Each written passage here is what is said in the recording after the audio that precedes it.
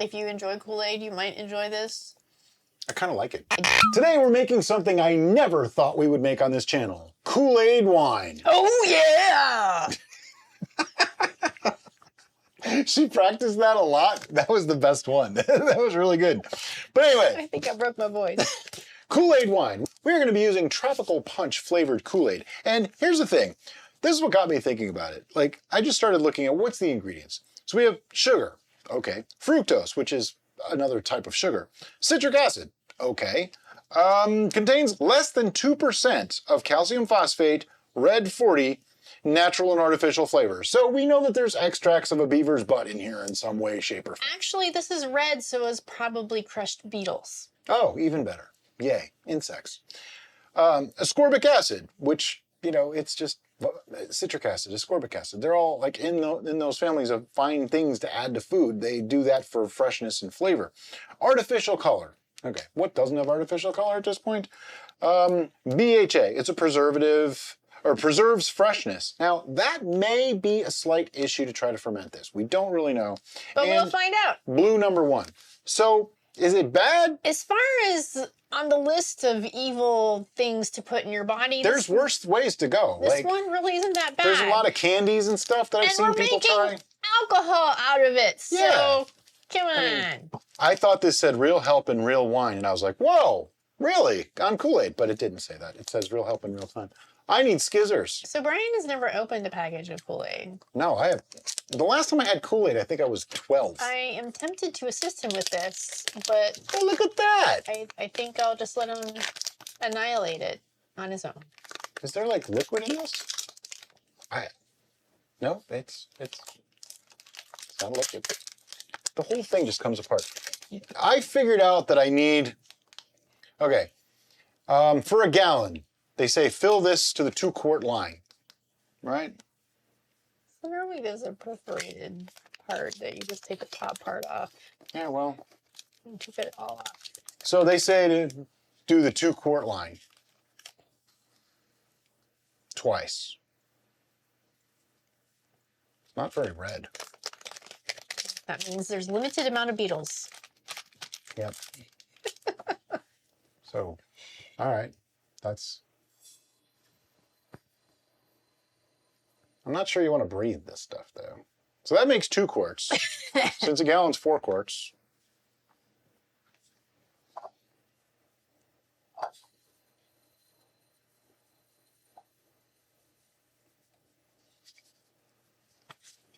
There's still quite a bit left. I ain't drinking this, so. Why did you measure then? Because it's funnier this way. All right, so before anybody freaks out, I actually measured it. There's 504 grams of sugar in the entire container. All right, so let's take a note that you utilized a whole 19 ounces of Kool-Aid mix. And this was the tropical punch flavor. Because I think it comes in different flavors. I'm not sure. Okay. So, because I know that there's 504 grams in there, that's a little over a pound. I actually figured this out. If I add 1 pound of sugar to this, when we make this up, I actually end up with like a 1.096 gravity. So I'm going to add 1 pound of sugar. This Kool-Aid stuff is like everywhere now. Yeah. And so any little bit of moisture. Oh yeah, it's going to turn red. Get red. Can you study that? Because I'm just not. All right. There you go. Why?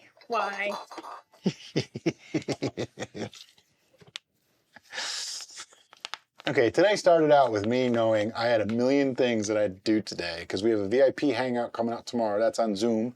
For those of you that don't know what our VIP is, it's where you get to have like extra communication with us. We actually have a Facebook group, and we do a hangout on Zoom once a month where everybody just logs in and we all just kind of hang out and drink and talk about meads and random other things. The topics get a little interesting sometimes. But I had to prepare for that. I had to set up all the emails for that. And then we had a whole bunch of emails to do. And we have other channels too. So I had to do videos for those, only to find out that it really wasn't as hectic as I had thought. It was crazy, but not as crazy. But I have to stay home because we were going to go out to eat because it's been one of those days. I can't leave the house because I ordered a camera and it's not here yet and I have to sign for it. And it's one of those sometime before 9 p.m. I'm like, you know, it's 5 p.m. Also, the Zoom's coming out tomorrow for us, but not for you, because once you see this video, the Zoom will already be done. Yeah, the Zoom will be in, yeah. That. So I'm looking at this pile in here and going, really? I'm going to dissolve all that? That's a lot of stuff to dissolve. That's a lot of stuff. Yeah. It'll be great. I don't think the whole gallon of water is going to fit in there now, though. No. I'm just going to fill it to what I can fill it to. There you go. There we go. 1 pound. Please take a note. How about we... Well, just leave that there, because... I don't need the scale anymore. I know you don't need the scale. You need the funnel. Right. Okay. This is where it gets interesting. All right, so I have filled this pitcher to the 1 gallon mark. So that way we will be able to pour a random amount of water in there and tell you how much we did. How much we used. Look at that color. It's just all sorts of artificial looking. Oh yeah, this is just wrong, wrongity wrong. Sometimes you just got to do things for science. All right, I need something to, like a bung. The thumb saver bung? The thumb saver bung. All right. Okay, we couldn't find the thumb saver bung, so I'm going to use the thumb destroyer bung. So just hold on to that for me, please. The reason I call it that is because the thumb saver bung is just a solid bung. So when you put your thumb over this, if you hold it too tightly, it actually hurts after a while. But I have to do it. And now I'm going to shake the bejesus out. It's been a while. It has We've been using little big mouth bubblers. I know. Wow, that mixes up pretty nicely. I did not think all that was going to mix up that easily. But look at that. It's actually... It's vibrant. Oh yeah, it's unnatural looking. I don't think the color is coming. Oh yeah, it is. It's beetle carcasses. All right, I'm going to add a little bit more water. See if I can mix this a little bit better. It smells like Kool-Aid. Shocking, I know. Now what's interesting is, had I not added more sugar to it, we could have just made like Kool-Aid spritzers. Like we could have carbonated it and made Kool-Aid spritzer. Maybe we'll have to get a different flavor and do that. That's if this works. I don't even know if this is going to be any good. We haven't had less than a 1 on our scale yet, but you never know. More water. Or do you want to put the... Well, it's not fully hydrated in yet. Put the, yeah, yeast nutrient. That's what she's talking about. I have Ferment-o. Yeah, I'm using 3 grams of ferment-o because the preservative stuff is kind of, it's said to preserve color, but it's still a preservative, so that kind of makes me a little bit nervous. Off camera, Derek was asking if I wanted to add anything else to this, like an acid blend or anything like that. And there's 2 different types of acids in this already, ascorbic acid and citric. So I'd like to hold off. Right. We may make adjustments later, but for now, I'd rather not add anything. So we're just going to keep this a little bit on the simple side. But I'm putting it in. Now, is the yeast nutrient absolutely necessary? Maybe, I don't know. But in this case, I don't think it'll hurt. Adding 3 grams like that, you won't notice it, even if it does nothing. But if you didn't have it, because there could be some preservatives in there, and this is kind of one of those funky ingredients, you know? Yeah, we're doing a different brew right now that's basically just sugar, water, and yeast. And we put yeast nutrient in that, and it did stall. So this... with sugar, water, and soon-to-be yeast, with some funkiness. I got a little greedy. Actually, what it was is the funnel was very full. I think the yeast nutrient might be a little more than necessary. Yeah, I think we need it. Just mine.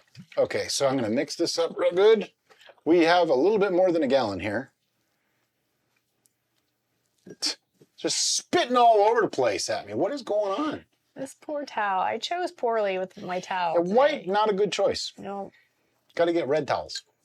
We have them. I just was trying something different. And then... Okay, so I'm going to take a reading on this now.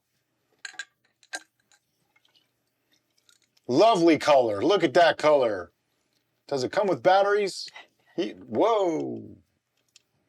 How is that possible? because we didn't get anywhere near a gallon of water in there, and you added more sugar to the Kool-Aid. So we were like, Pshoo! That's how close to a gallon of water we are. It is reading 1 point... Oh, wait. Oh. Oh, it's not. It's reading 1.090. That's 1.0? Yeah. Our scale doesn't go to 1.190. See? 1.000 is there. 1.1. You know, if you want to know how to read a hydrometer, I got a video for you. Shush. I'm joking. She knows how to read one. But my first instinct was that this went stupid high, too. Yeah, it's... But no, it's at 1.090, which I thought it would be 1.096, but we added a little bit more water than a gallon, so yeah, that's about right. Honestly, I think that's good right there. I'm going to get a glass and taste this. Okay, yeah, so I got a glass because I just want to taste this. I just want to see what it tastes like before it's fermented, and we had too much in there anyway, so, you know. Pouring enough that you can taste it too.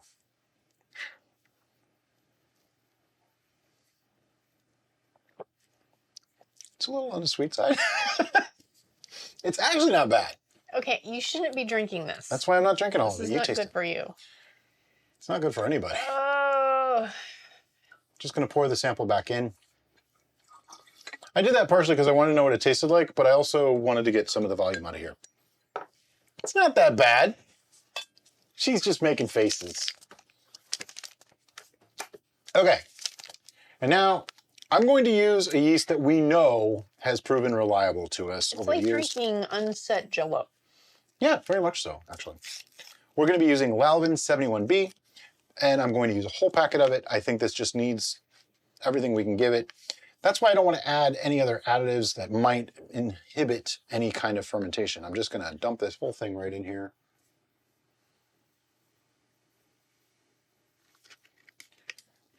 Your packet.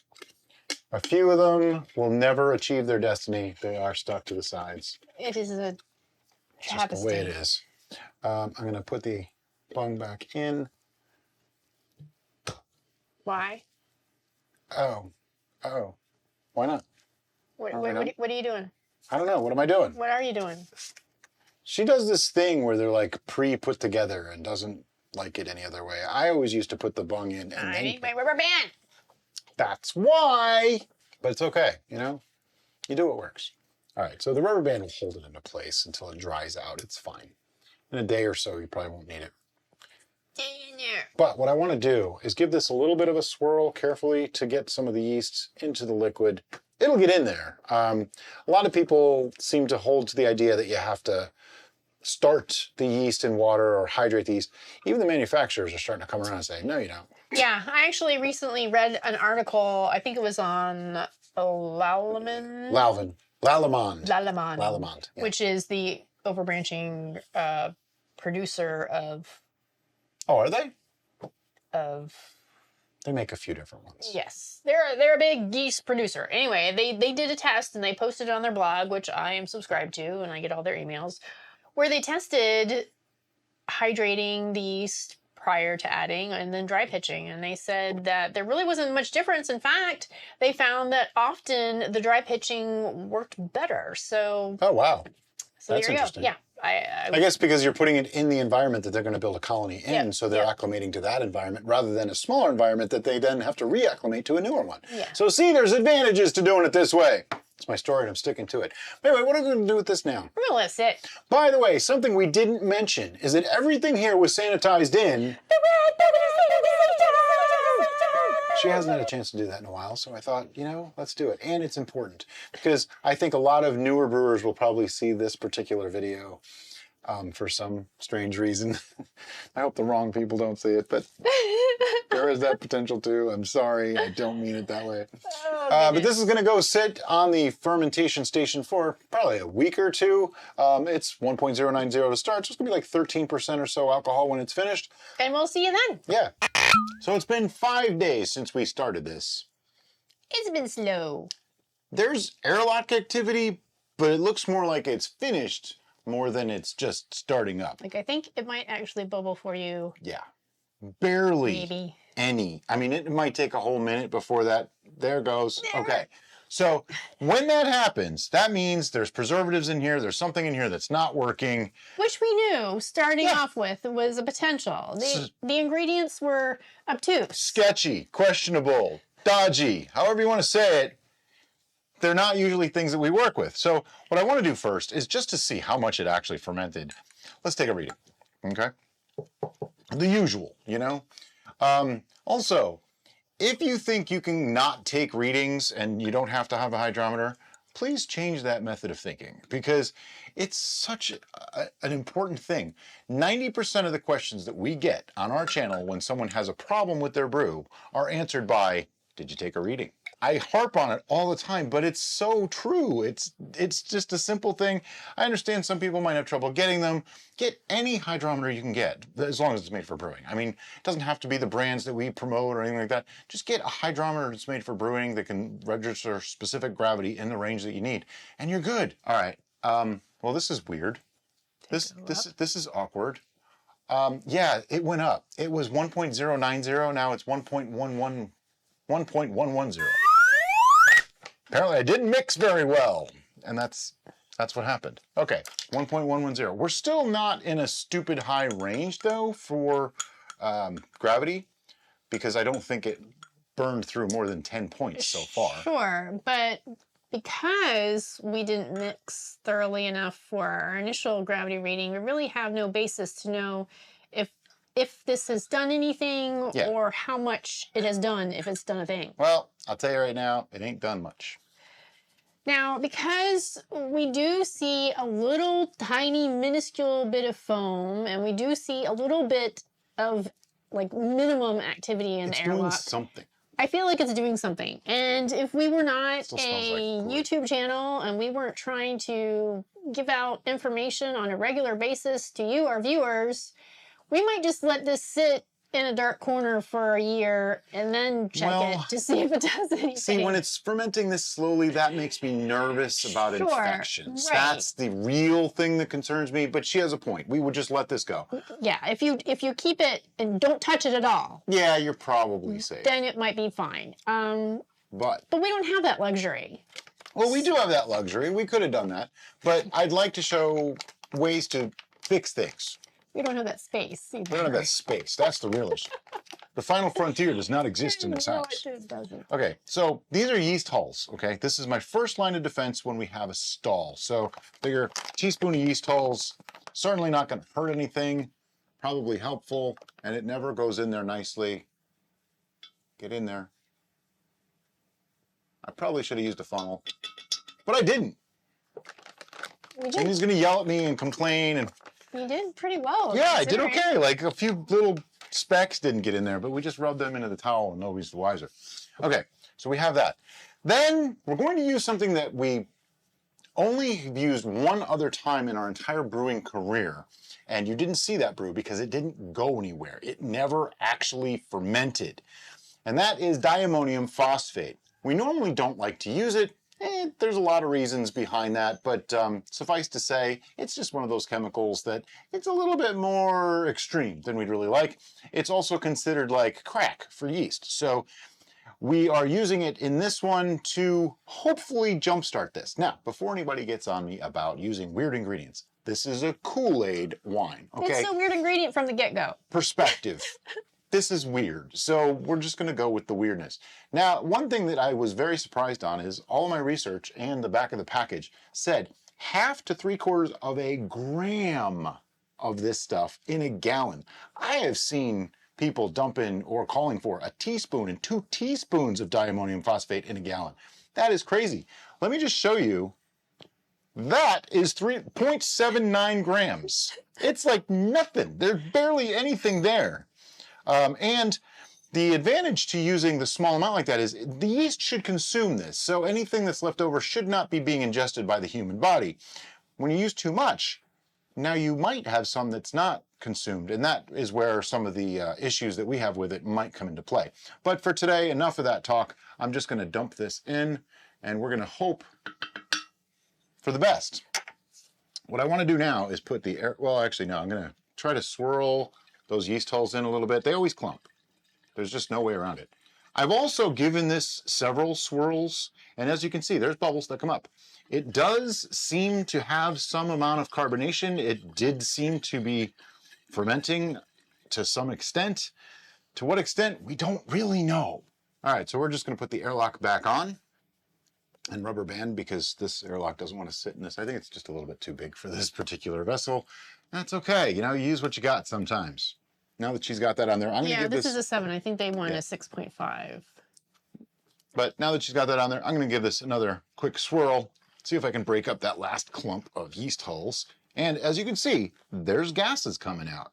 So doing this too, I'm degassing, getting rid of any of the gases that are there, but I'm also mixing that DAP through, mixing that yeast hull through, and there we go. Now, you might be wondering why I didn't add more yeast nutrients or a different yeast. First, I don't have any EC1118 on me right now, so I didn't use that. We did use 71B, which we know is tough and can get through all the sugars that are in here, so I didn't think it needed new yeast. Now, that's the next step. If this doesn't take, we'll add new yeast. But right now, I think the DAP, which is like candy or crack for the yeast, it should do something and give them some more nutrition in the form of yeast hulls, along with the ferment that was already in here. Did it do this last time you swirled it? I don't remember seeing that. No, it did like a foamy thing around the sides this time. That's interesting. Maybe the yeast are kicking up. Maybe we're seeing it in action right now. It does kind of appear that way. Yeah, it looks a lot different than any other time we messed with it, so. Now, there's stuff in the Kool-Aid mix, I don't have the container anymore, that, like the BHA has a preservative for color. That's probably what's holding this back. Anytime you have a preservative, it's literally made to prevent it from spoiling. Well, fermenting is spoiling, so that's exactly what it's made to do. So we just have to overcome that. Does that mean it's going to be perfect? Not necessarily, because we could be stressing yeast in order to overcome that. So, hey, we just wanted to try this because for 5 years, people have been telling us to make Kool-Aid wine. So we're finally making Kool-Aid wine.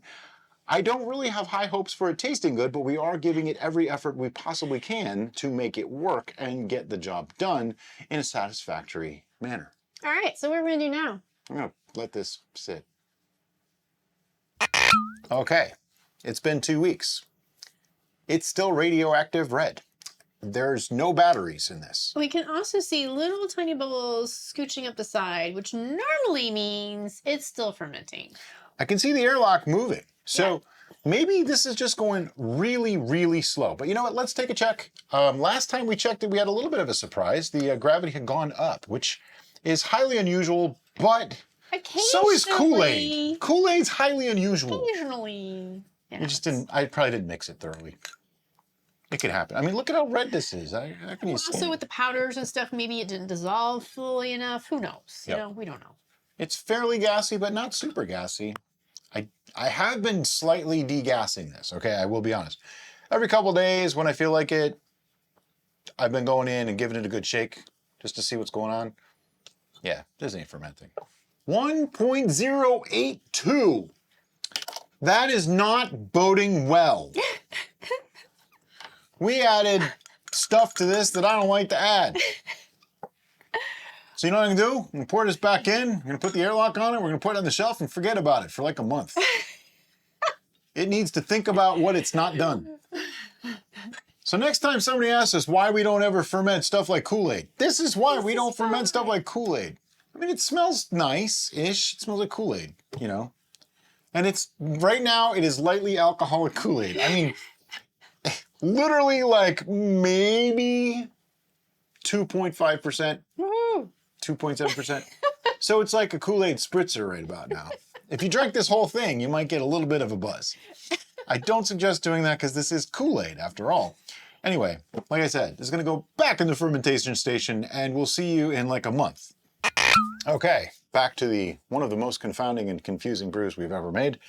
It's been, about 2 weeks since we looked at it, and it was at 1.082. That wasn't very promising, so let's check it again, see where it is now. And I believe some of the issue could be that in order to get this to ferment properly, you just have to overpower whatever is in it already with extraordinary amounts of nutrients, maybe even a champagne yeast, something like that. We used 1.074. So it did drop from our previous reading, which was 1.082, but it certainly didn't drop as much as it should have within this time frame. And right now, if we go by the original gravity reading, because remember this went up after the first reading. I don't know how that happened. I think something wasn't dissolved. You know what, let's use that. Let's just go with that because, you know, just to be cool. 1.110 minus 1.074. Now that's low enough that I wouldn't use my 135 for this. I would use 131.25. Gives me 4.725 ABV. So 4.7. So right now, this is like Kool-Aid wine spritzer, which may or may not be good or bad. I don't actually know. But here's the thing I do know. This really isn't the kind of thing that we want to have around. So we're going to take a taste of it. Sanitized glass. We're going to take a taste of it and see what we think of it to see, like, you know, is this something you should do? I'm going to bet it's sweet.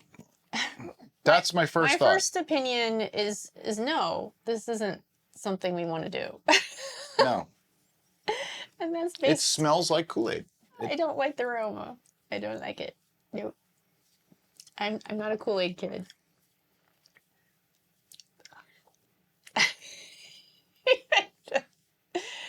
Okay. For you guys, I'm doing this for you.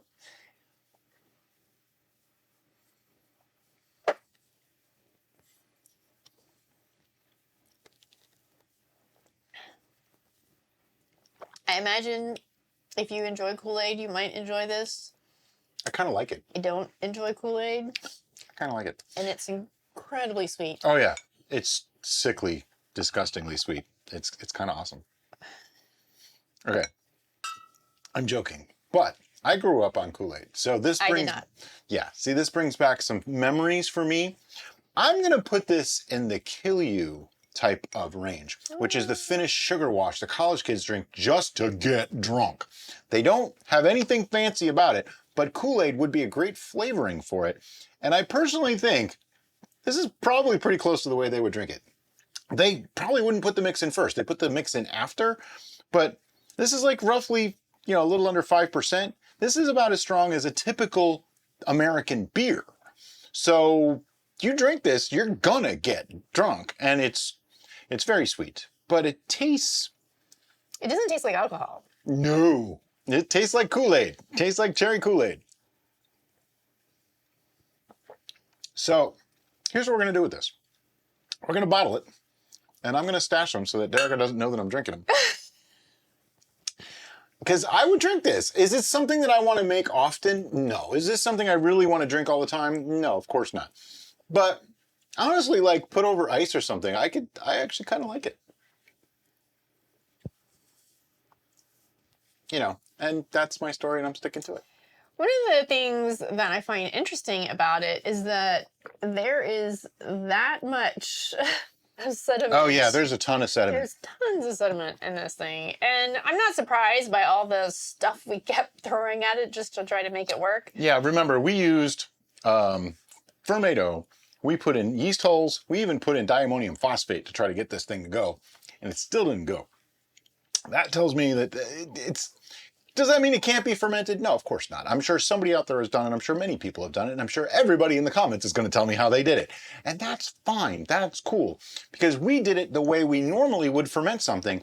It didn't work exactly like we thought it should. That doesn't mean it can't be done. It just means using the methods that we normally use, it's difficult to do. Okay? Or under the situation that we have. Right. But if we're going to put a number on this, got to put a number on it. Because that's what we do. Got to put a number on it. As is, if somebody handed you a glass of this and said, give me a number from 1 to 10 or maybe 11, what would you put on it? I would say, hand me a bottle of vodka. Mixed with vodka, this would be a great thing. I think she would really enjoy this. For me, this is a straight up 5. Okay? But it's a 5 because I know what it is. If it wasn't for knowing what it was, if someone just handed it to me and said, here, what do you think? I'd probably go much higher. I'd probably be like 7, even in the 8 range. Okay, I can agree with that. If you didn't know this was Kool-Aid. If I didn't know it was Kool-Aid, I'd be like, oh, that's kind of funky, overly sweet, but sure, yeah. See? I still wouldn't want to drink it. Right. But we are judging this because we know what it is. That is part of the problem. My upgrade would probably be V to a 5. All right, well, there you go. My initial would be more like a 3. So here's the deal. If you're going to be making Kool-Aid wine of any kind, I highly suggest doing a kill you first, or making even a mead first, and adding the Kool-Aid to it as a flavoring. That way you're not disrupting fermentation.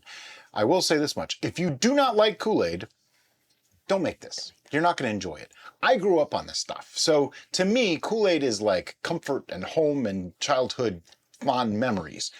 So it's a whole different story for me. I mean, you saw my face when I started drinking. I was like, I kind of like it. It tastes a little bit like alcoholic Kool-Aid. And I'll be honest, you know, my mom used to keep some Riunite d'Oro wine in the fridge, and we used to mix it with the Kool-Aid, and this kind of tastes like that. So it's bringing back even fonder memories of when I was a kid. Mom, I hope you're not watching.